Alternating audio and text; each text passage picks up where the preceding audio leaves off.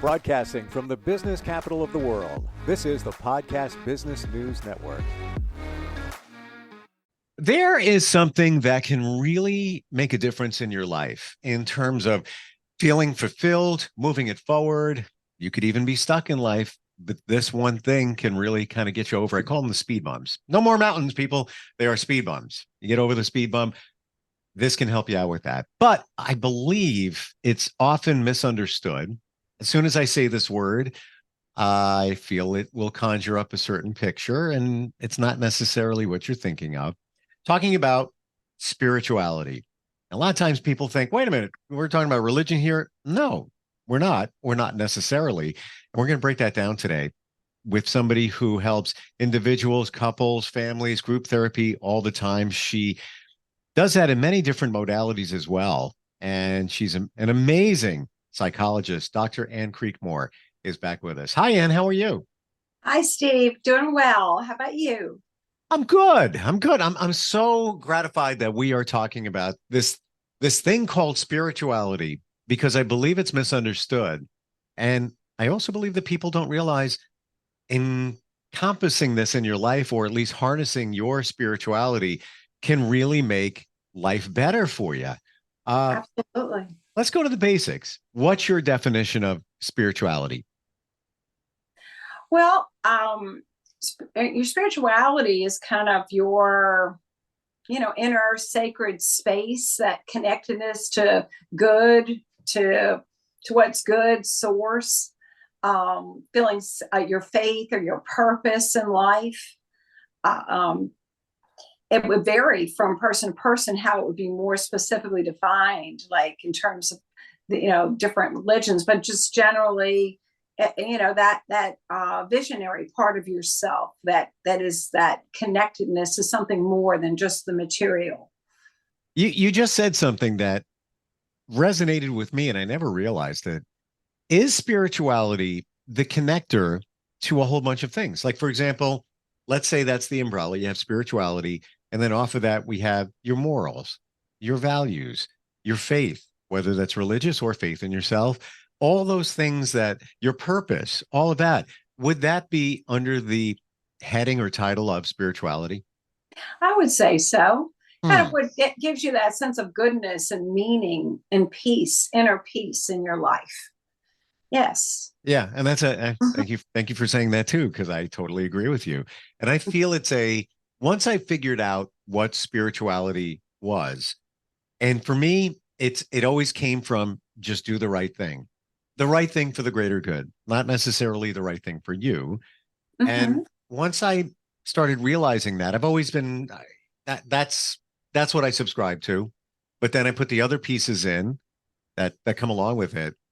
I call it a quiet calm. It's just like, whereby we might live our lives kind of freaking out. We got crazy things going on and react to this irrationally, and this is going to throw me. And with spirituality, it's like, so it's good. We got this. It's quiet calm. Yes, there's going to be a little of this, but yeah. Exactly. Like inner peace, your inner peace. Sure. Yeah. Yeah. It's almost as if you have something to fall back on. And some people fall back on religion, or it's a big piece of their lives. And that kind of, they call it that's maybe their safety net. But spirituality can be your own personal safety net. Again, many people, I believe, look at spirituality as religion, spirit, but it can be, but many times not. Right. Right. It can be even like positive psychology or cognitive behavioral psychology can be seen as, as spirituality. Basically, when you put out your word, which is kind of a forefront of most religions or spirituality, the fact that we can kind of create our lives through our thoughts and our words, and like our thoughts or prayers. It's we are kind of fusing it together, and so it's almost like that could be another way that you could look at positive or cognitive psychology. You could look at it as your visionary part of yourself, or your sense of peace or faith and goodness. Mm. And if you stay there for a religious reason, or you stay there for a cognitive behavioral secular reason, you're really doing the same thing. You're. Mhm. How do we find our spirituality? Somebody's listening, watching, hearing this, and says, "Yeah, I need that. I need something like that in my life to enhance it, just kind of move me forward." How do we find our spirituality? Where do we begin with that? Well, you can begin by just being open to it. Some people sometimes have problems with religion or spirituality because of traumas and things that they've been through. Mm, Maybe growing up, that the religion they were raised in was more of an addictive kind of thing for their family group versus it being really healing. Or maybe some things happened at the organization they were that didn't help them or hurt them in some way, so they might have a bias against it. But if you can move beyond that and say, well, what's my philosophy? Let me explore different kinds of things, different kinds of spiritualities or religions that or life philosophies, or just philosophies or cultures, just to be open to the fact that you have an inner, sacred space of, good and source that you can connect to, something beyond the material, your transcendental kind of experiences, and then explore what you find interesting, and because everybody's different, and obviously, if you grow up in one culture, you'll follow or call God, say, a different name than you would if you were in a different culture with speaking a different language. But so you have to kind of go with what works for you, and not let things that have kind of harmed you get in your way of getting to your inner peace, mm. and that higher power, the higher self. Don't be prejudiced against it because that you feel like, well, also bad things. Some people, they say, well, they've had a hard childhood, so how could this have happened? If there's a God, or if there is good, how could this happen? They get kind of caught up in the grief process, in the anger at, like, oh, this, lack of help that they receive from this, source of good. And Sure. so then not willing to pursue it. So the first thing is just to be open and just experience and explore things that will work for you. You bring up a really, really good point. Those who may have been a little spiritual or religious, if you will, you want to include that in there, and then Uh-huh. something happens, and let's say the passing of a loved one, and then that turns into, like, just what you said. How can this happen? Why did God let this happen? Why? And then somebody shuts down. And I know somebody just like this who Mhm. wasn't very religious, but now definitely not. And all of this stuff, the spirituality, they believe in intuition, maybe psychics a little bit, but completely change their view on a lot of things. How do you recover from that? How do you bounce back from that to come back to your place in spirituality? Right. And I'd say if you've had any kinds of traumas, it's always a good idea to go get some help, Sure. counseling, therapy, try to work it through. It could be what's called an aborted or pathological grief process, where the person is stuck at the anger phase, only, because you can get angry at anything when you experience loss. And so if you're angry at God for doing that to you, you're angry at, then you can't be open to being open to the good. And you haven't actually worked through your grief. You're just in an aborted grief process. So you might not, you might need someone to help you do the grief work, go into some grief counseling, for example, to get beyond the trauma and the grief about what has happened. Have you been at a point in your life, Anne, where you doubted your spirituality? Um, well, I would say probably not, but I would say that I have been a little bit in that aborted grief experience of, Okay. like, well, why do bad things happen to people? And it makes you, you kind of can stay stuck at that. And, like I say, a death, my grandfather, for example, and, him going through an experience, with the disease process, that kind of thing. And so, but I mean, luckily, I had some therapy and then I worked that through. So it didn't last that long. And, if you think of us having, an eternal soul or a long lasting energy of who we are, these are short things anyway. It's not like, something bad happens to you that you're gone forever. You have your spirit, your soul and your spiritual connection that, that you can, that you continue, which I believe. That's what I believe.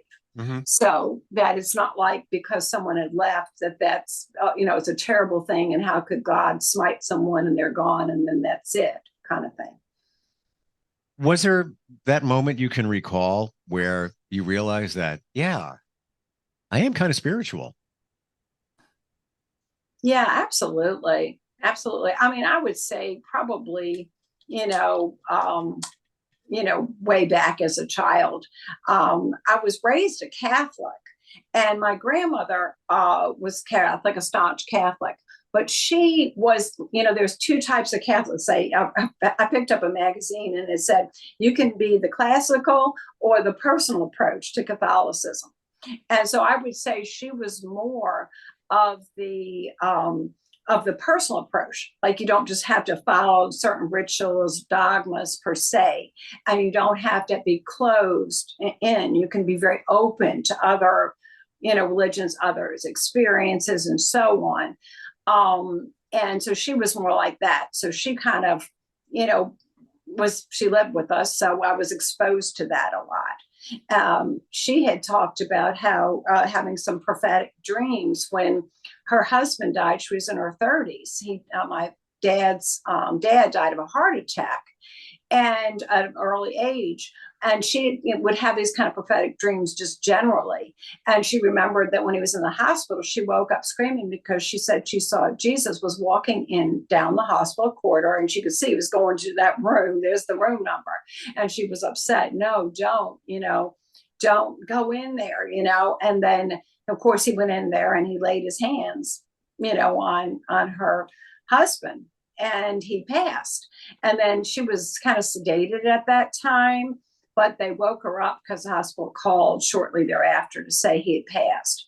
So I would hear these things when, and kind of know, oh, well, our dreams are not just, they could be picking up on an intuition, or or we're getting some message kind of stuff.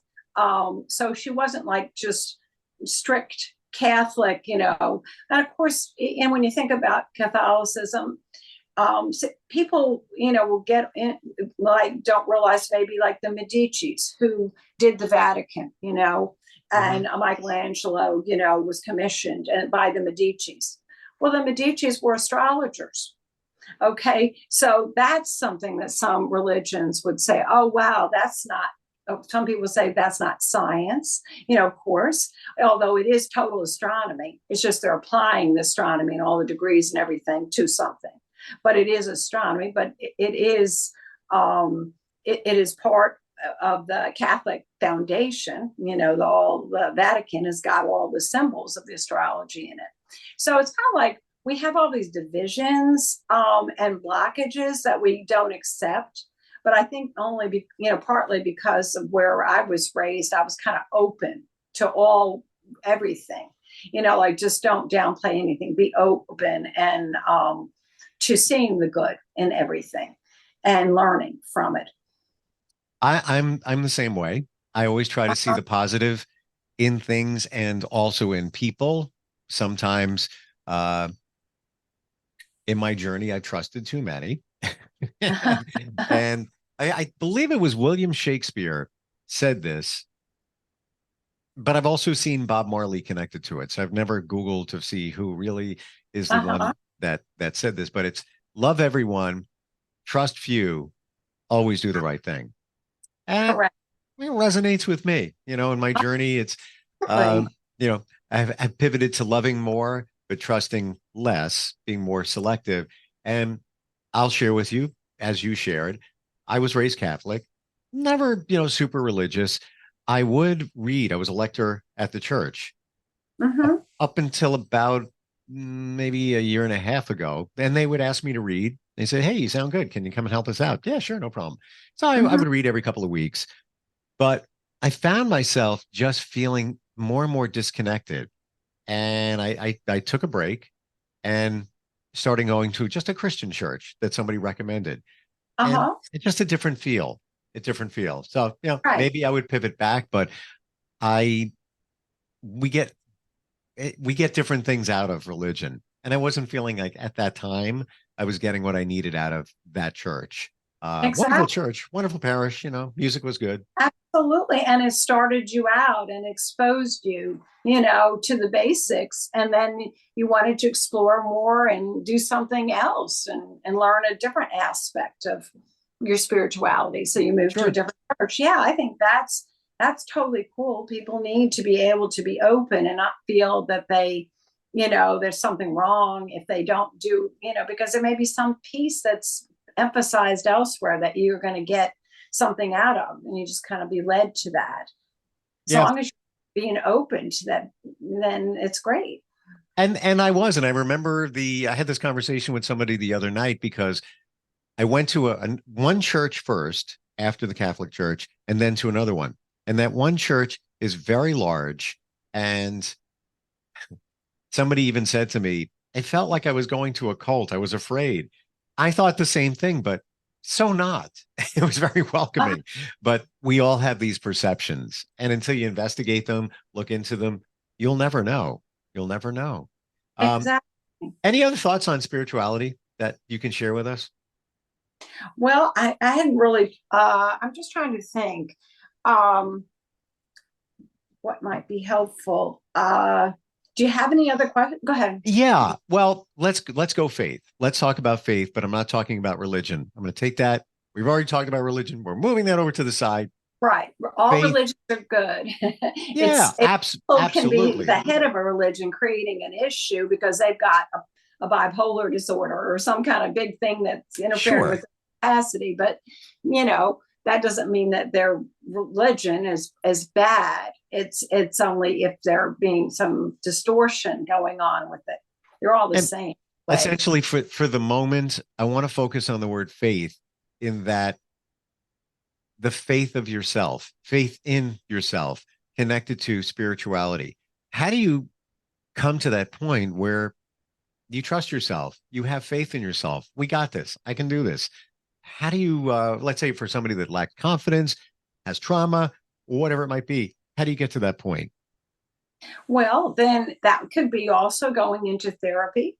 A lot of people go into therapy or counseling to work on their self esteem, to work on their negative thoughts. Okay. I mean, it's not like you can't work on that yourself. It's basically, catching the negative thought.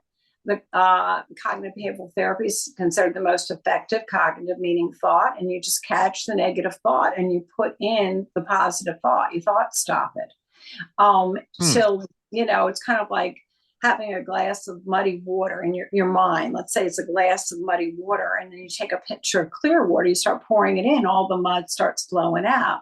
You keep pouring it, you keep pouring it. Eventually, you're going to have a clear, pure glass of water.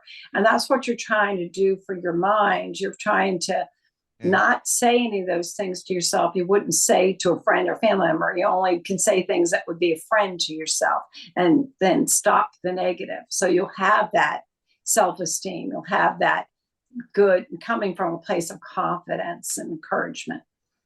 So is that the same as if you're driving down the road, somebody cuts you off in traffic, maybe in an accident, whatever, and you're like, and you react. Is it stopping yourself in your tracks and saying, no, let it go. It's okay. Nobody got hurt. Might have been an accident. Don't worry about it. Move on. Is that what we're talking about? Yes, right. Okay. Yeah. I mean, you can always see the good and move into the good at any point. You could say, hey, you cut me off and everything's fine. I mean, there's no accident. Everything is just fine. Thank you, God, if you will, if that's who you are. I mean, Mm. or thank goodness, and so you don't have to go into the negative at any point. The whole point is to try to stay at that peace, that inner peace. You know, interesting way to look at it, because you could, in that situation where you got cut off in traffic, you could you could spin it around and say, oh, well, you know what? Maybe there was a reason for that. Maybe that person went in front of me. Could be accidentally. They could have been having a bad day and didn't even realize, you know, they have 5 different jobs trying to juggle it. They may have stopped you from continuing on to have a hellacious accident a mile away. You'll never know. Absolutely. You can kind of say, hey, you know, if you're intuitive and you believe in your connectedness and intuitiveness, like, you know, help me to see this differently. You know, what is the good that came out of it? It might just come to you like, you know, hey, I just heard there's that accident down the road. I wasn't in it. Right. And it come to you and you'll see that it's all in perfect order. It's working out well. If you can just keep asking that and focusing on the positive. I love that exercise. Are there other things that we can do to promote positivity, to maybe foster a more sense of spiritualism within us? Yes, I think, you know, I mean, you've heard this one before. You are who your friends are, right? Oh, well, yeah. Yeah. How does that go? You are the sum of the 5 people you spend the most time with. Yeah, exactly. And so that is personal choice. You know, you can pick somebody as a partner or a mate that shares your life philosophies, your positivity, your friends, you know, your social groups. That's why, like, you know, religion is important to people. It gives them, a religion or spirituality can give them an organization that they can go to where they're getting together with other people. And it's not just about the material at the moment. It can be about bigger things and talk about, you know, causes or major, you know, things that are important in life, virtues and stuff. And if you surround yourself with people that are all working on this, of course, you're going to be getting into the more positive. Even just organizations that you have a common interest. Exactly. Yeah. In your books, do you have sections on spirituality? I do. It's kind of because, like, you know, like I mentioned, how I was raised in that openness to, you know, raised with a certain, you know, in a certain religion, but also to an openness to intuition and open to, you know, to spirituality. Then I just kind of smatter it sort of in between the lines and stuff. I have a lot of poems in the book too, you know, that give a little kind of something about that you might, you know, get in an entertaining way. Yeah. I love that. You know, it's a different way to look at it in terms of poems. Recently, really, honestly, I just got it. Somebody sent me a poem from an author from the turn of the century, 1900s. And I was so intrigued by it. So I started researching him more, and just, it's amazing what can come out of just a few words if they're placed a certain way. Absolutely. Yeah. Absolutely. Think about like Desiderata. You know, remember it became a popular song, and that was something that was found in a church, as an old piece of paper that was written on. You know, are you familiar with what I'm talking about? I believe so. The 70s, it became a popular song, like a top 40 song, but it was actually a poem that was a kind of a spiritual poem of guidance about virtue, about go peacefully, you know, among the haste and the rush. And it just turned into something that I'm gonna search that out. What's what is it again? It's called Desiderata. It's Desiderata.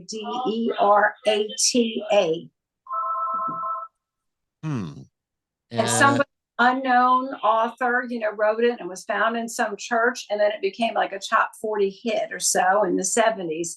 That they have, you know, the posters, and it's just been inspiring about, you know, being at your inner peace. Yeah, I think you'd like that. I'm definitely going to search that out. All that kind of stuff. Yeah. Well, even you take a look at Morning Has Broken by Cat Stevens. Right. I was in church one day and I'm just thumbing through, the book, and there that is. That's where it came from. It's religious. Right. Exactly. And so many of them, like Earth, Wind, Fire, so many of theirs are, the Fifth Dimension, they're all stuff that to give some inspiration. And we could run deep with the Fifth Dimension in terms of the third and fourth and fifth dimension now. And 1969, they were singing about it, and the Age of Aquarius, and that's what this is called that we're in now. So I don't know if they knew back then or whatever it was, but sure, you never know. How do we find you, Ann? If somebody wants to connect with you in the psychological way, or even just to maybe ask a question, or even check out your books? Yes, absolutely. The easiest way, I think, is just to go to my main website, Psychologist in Virginia, spelled out. It's PSYCHOLOGISTS with a plural in Virginia, spelled out.com. And that would have all my info on it. Gotcha. And just a reminder, your books are under the pen name AP Pelosa. Right. Pelosa. My maiden name, right. Gotcha. And great having you on. Always love the insight, and I appreciate you and look forward next time we talk. Me too. Appreciate you. Thanks. Ann. We'll be right back. Are you looking for even more of the podcasts and hosts that you love? The Podcast Business News Network is proud to announce that you now have even more ways to listen live. Check out the MyTuner Radio, online radio box, and Simple Radio apps on iOS and Android, or find us online. Search for Business News Network on mytuner-radio.com, or search Podcast Business News Network on streama.com and onlineradiobox.com/US. Take your podcast on the go and don't miss a minute of the action.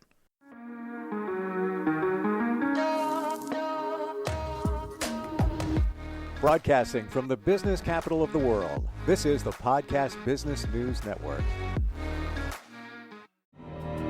For nearly 2,000 severely injured veterans, everyday life has become filled with barriers. Day-to-day simple tasks can become pretty daunting. I have to carry my chair up 2 flights of steps or have somebody do it for me. What scares me the most is just the falling. When I'm struggling with my house, I think, to have that one great barrier just knocked down, it's crucial. Home for Our Troops is a wonderful nonprofit that builds a mortgage-free, fully adaptive, handicap-accessible house. And there's no catch. It'll be our very first home that we've ever owned. This is a game changer. This is where your life begins again.